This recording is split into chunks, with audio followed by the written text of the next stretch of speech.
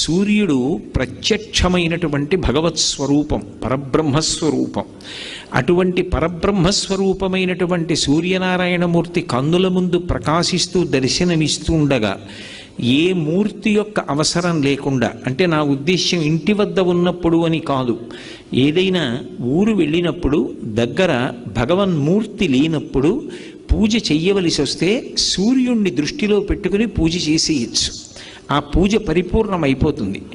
అంత గొప్ప శక్తి ఒక్క సూర్యోపాసన విషయంలో సూర్యనారాయణమూర్తి యొక్క దర్శనం చేత సూర్య ఆరాధనగా, మూర్తి లేకుండా ఆరాధనని శాస్త్రం అంగీకరించింది.